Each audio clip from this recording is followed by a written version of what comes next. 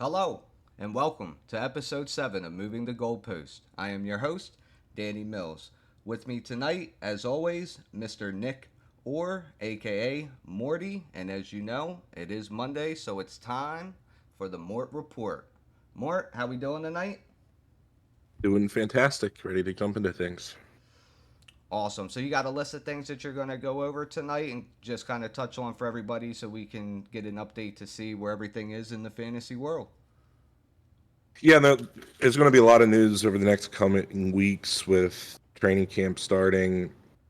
A lot of people overreact to every little thing that happens.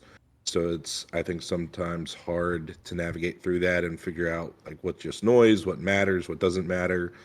Probably the biggest piece of news over the last week or so was Kadarius Toney tearing his meniscus. So he is going to be out for the foreseeable future.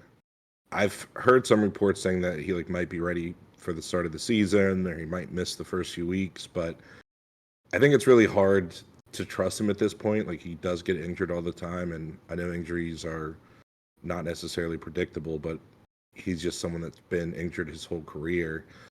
I have a lot of Tonys, so I've sort of been trying to just stay away from him now. Like at first when they announced his injury, I was still drafting him if he was like falling, and then once they actually came out and said he tore his meniscus, I was like, I'll just keep the ownership percentage I have now and see how things play out. And that's really been like the biggest change in ADP. Like he's dropped over the last 7 days, he's dropped about 15 places, but it's probably even more than that. It just hasn't fully caught up, with itself yet. Which conversely, all the people that are rising in ADP are all the other, secondary pieces in the Chiefs offense. Richie James, Justin Ross, Rasheed Rice, and like Richie James, 18.1 7-day ADP change. Justin Ross, 13.6. Rasheed Rice, 7.0. So like all these guys are going up, Tony's going down, and it's still so hard. Like I don't think anybody on planet Earth at this point knows what that rotation is going to look like. My best guess is they'll probably just alternate who has big weeks. And my personal plan is probably to just stay away from Tony for now because I already have a good amount of exposure to him. I don't really have a lot of Rice, Ross, or James, so I might start drafting them a little bit. Just, I want exposure to the Chiefs offense. So it would just be nice to know who to take outside of Kelsey, and Pacheco. I have a lot of Pacheco too, but how do you feel about it? Any like particular guy that you feel like you have started to take more often now that Tony is out, and any just like into who could be the guy to target? I mean, for me, with or without Tony, somebody that I wanted to up my ownership on, and I think you and I talked about this on a recent episode, was Pacheco. Another one who actually hasn't moved too much is MVS. I definitely want to up my ownership in the Best Ball Mania for those two. I was reading today, and I completely agree with it. I mean, every wide receiver in the Chiefs camp is having the camp of their life, so it's really hard, as you just said, to decipher who's really going to be the focal point of the offense. So I think Pacheco and Kelsey are two that you can count on. A sleeper, truth, honestly, outside of even the wide receivers for me is Deneric Prince. If CEH gets cut, I think that's a bigger thing to keep an eye on. But I agree with you. I'm good with the Tony shares that I got. I did take him in a couple different other tournaments, some of those slows that you and I are in, just because at this point, I'm getting him now at 100. I think the last one was 104, something Right. like that. I'll take a couple of those in those smaller tournaments as my fifth or sixth wide receiver. But outside of that, I'm going to settle in at Pacheco and MVS. Yeah, and I think like you mentioned, every Chiefs receiver's having the camp of their life. It's like I get on Twitter and the first thing I see is like Rasheed Rice makes the catch of a century over this dude who's wearing no pads, who's like half guarding him, and it's like, oh yeah, the incredible, like this guy is the next Calvin Johnson, and it's just people overreact to every little thing that happens, every catch that's made, every play that's ran. A lot of times it's probably against backups, it's against guys that aren't going, full on at it. And I think you just have to be very careful and take things with a grain of salt whenever there's a reason for people to move up in ADP. Like if there's an injury, it makes sense. If they make one good play or one coach comes out and just says something generic like, "Oh wow, we really plan on Justin Ross being a part of the team this year," then it's like, okay, what else are they going to say? Don't overreact to it. Don't start drafting them 20 spots higher just because one coach made one comment, which is sort of what is happening with the next thing I was going to discuss with Dalton Kincaid. I think obviously they have high hopes for him, a lot of draft capital on a tight end, and Dawson Knox was mediocre. High powered offense. I want exposure to Bills players, and I'm not gonna lie, like it. I'm buying into the hype a little bit. I sort of already was, anyways. Because a lot of Josh Allen teams that I do have don't have Diggs. It's sort of hard to always get Diggs. Like if you're taking him at 7-8, your third round pick ends up being like 30th, 31st, 32nd or something. A lot of times Allen is gone. So unless you're really reaching for Allen in the second round, I have a lot of teams where I'll draft Allen if he falls, and then I'm just trying to get other stacks. I'm trying to draft Gabe Davis, who I like a lot. I was already getting some Kincaid. If he really is a big part of the offense, he's going to smash. I mean, the Bills' offense, outside of like the Chiefs, Bengals, Eagles, what other offense would you rather have exposure to? So it's still something that, like, I guess you got to be careful with coach speak and what they're saying, but I do like him and plan on continuing to draft him. If he's there and if it's matches the rest of my team, if that makes sense. Yeah, if Dalton comes in and he gets a decent amount of the volume, his ADP is definitely, this is probably the lowest that we're ever going to get him. I I have a decent amount of shares in like the 130s, sometimes even the low 140s. We were talking about this earlier today too, that if they don't use him as just a traditional tight end and they do use him as a split or put him in a slot a little bit, that'll be interesting as well. I mean, I'm pretty sure he's a big boy. I think he's like 6'3", ran a decent 40, so he could be a controller of the ball and he could definitely have some yards after catch if they're able to get him into the open field a little bit. I'd imagine, somebody of his size, he gets into the open field, he's going to be tough to bring down. So I agree with you. I definitely want exposure to the Bills offense. Very similar. I'm always going for the player in between Diggs and Allen. I genuinely believe that the ownership of people who take Diggs at 8 and then come back with Allen it's just going to be very high, probably 25-30% owned in the tournament. So I don't think that'll be the one that takes it, but I do like to try to squeeze one in between. And if I can't, similar to you, I mean, if Allen's getting to me in the low 30s, I'm probably taking him before he gets back to a stack anyway. So I don't mind Kincaid. Definitely a little bit bigger on Gabe this year. I like Gabe last year. I had him in a lot of season long, so getting him 2 rounds later this year is actually kind of a gift in itself. Yeah, and I think I get to that point in the draft too where Kincaid is going like right around 130 ish, and there's no one that I love right in that spot besides my overwhelming amount of Jacoby Myers a few spots before. But um, anyone else there, like I'm not in love with him.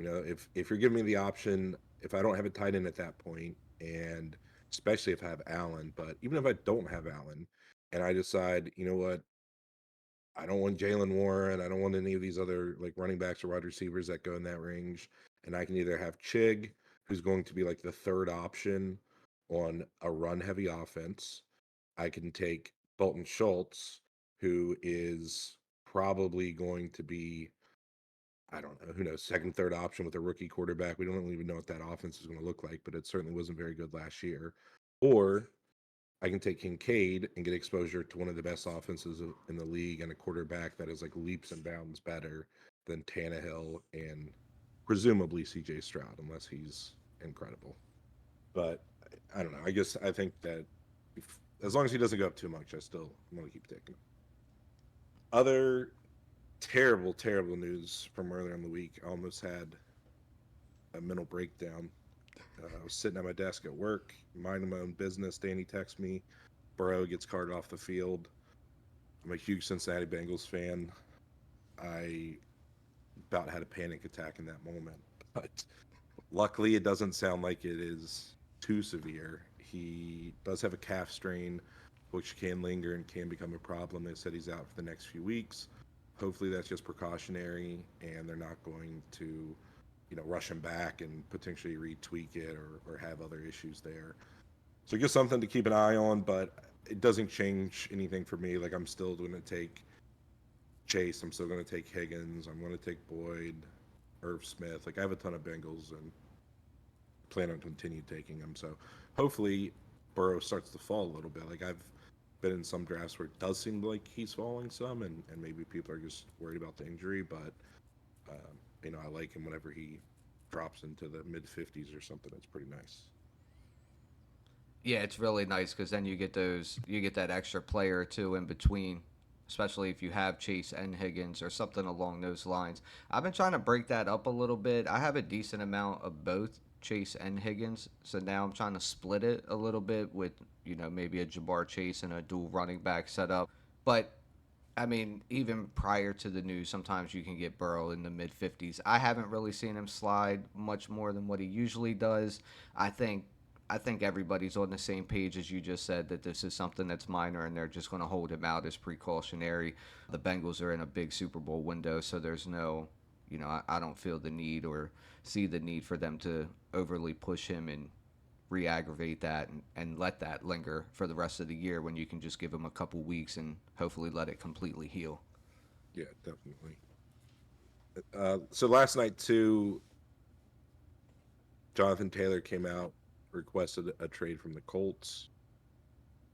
I've already noticed him falling some today. Like he's been in some of my slow drafts, even he's been falling to 24, 25, 26, which is much further along than I can typically get him, which doesn't really make sense to me because it's not like he's hurt. So if he is requesting a trade, let's say they do trade him, he's definitely going to be the RB1 no matter where he goes. And he might just be the RB1 in a better offense.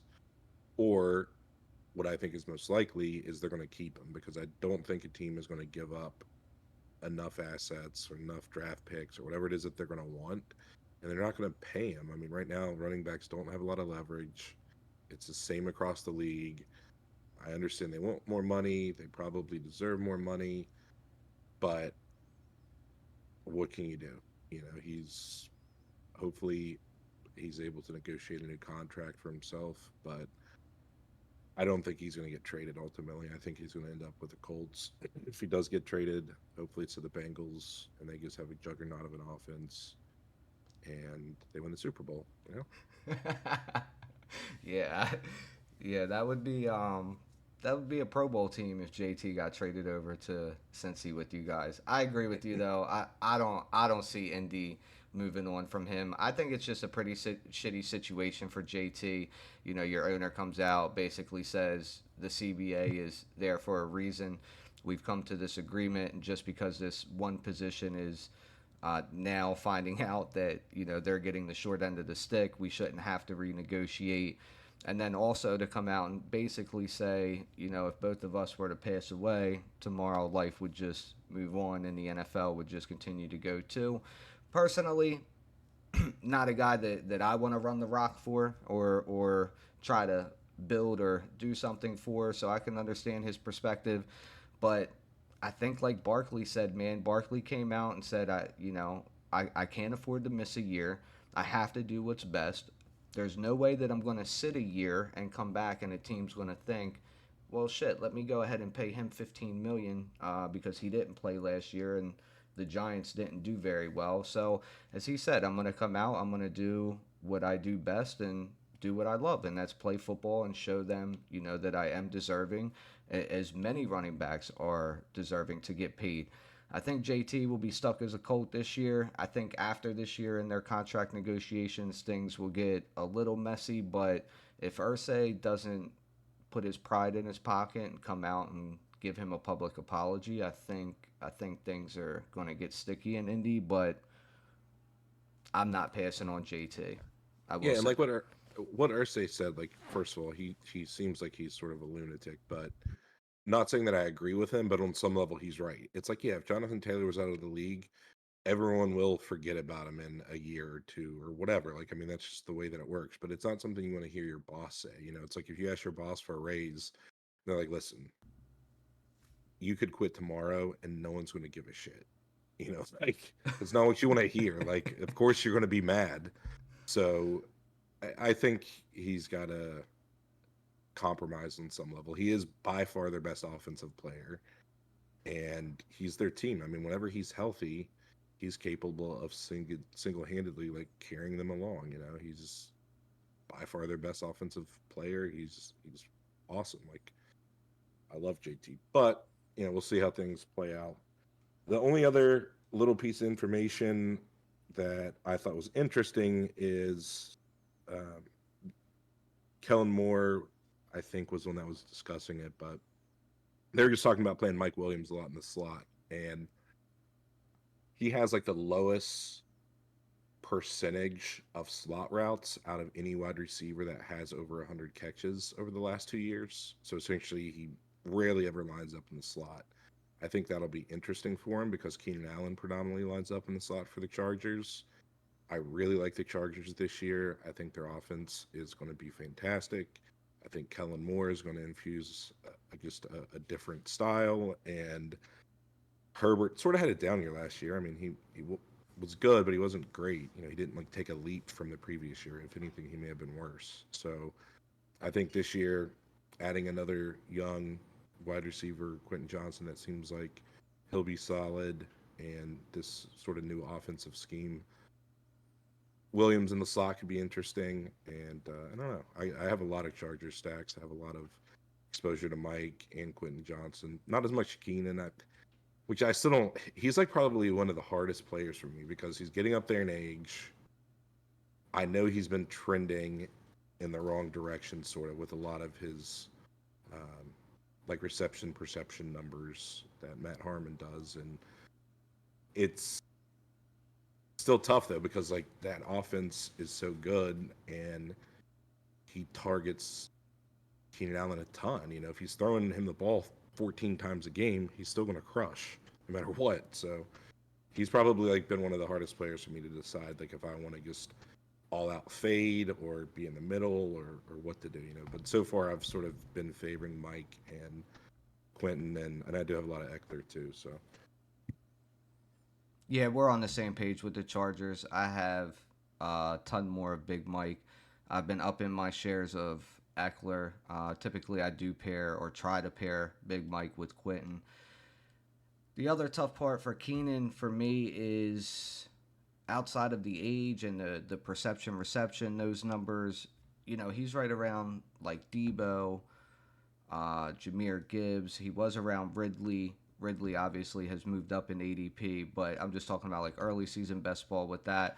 So it's like I can take Debo and then I can come back and get Big Mike and I can still do my Chargers or Herbert stack. So that's always been one of the issues with me. I think this year will be the leap that I personally thought would be last year that Herbert was going to take with the offense if everybody stayed healthy and the high powered of it. I had a Herbert Big Mike stack last year, but as I talked about, I was talking with Donnie. At the end of the year, Herbert, I think they had maybe I think it was championship week. Him and Big Mike just shit the bed. It was like 2 or 3 weeks, and it was a lot of back and forth, and Keenan didn't stay healthy, so it gave me a bitter taste, but I've gotten over that. I have a decent amount of shares of the Chargers. I'm on the same page as you. I think Kellen's going to uplift them. I really hope or would really like to see them take that leap this year and kind of break that old Charger pattern of doing fairly well, get to the playoffs, lose, or doing fairly well, get to the end of the year and lose and don't get into the playoffs. Let's break that. Let's take this offense to a new tier and let's do some things with it. yeah, definitely. And I think that is essentially all I wanted to discuss for this week. Is there anything else important that's happened or anything worth discussing that you can think of? No, I think that'll do it for us. I think that'll close it for the Mort report. Looking forward to bringing that to you guys every single Monday. That'll be episode 7 for us. Thank you so much. Have a great night. Nick, Have a good one. Thanks for listening. see you soon.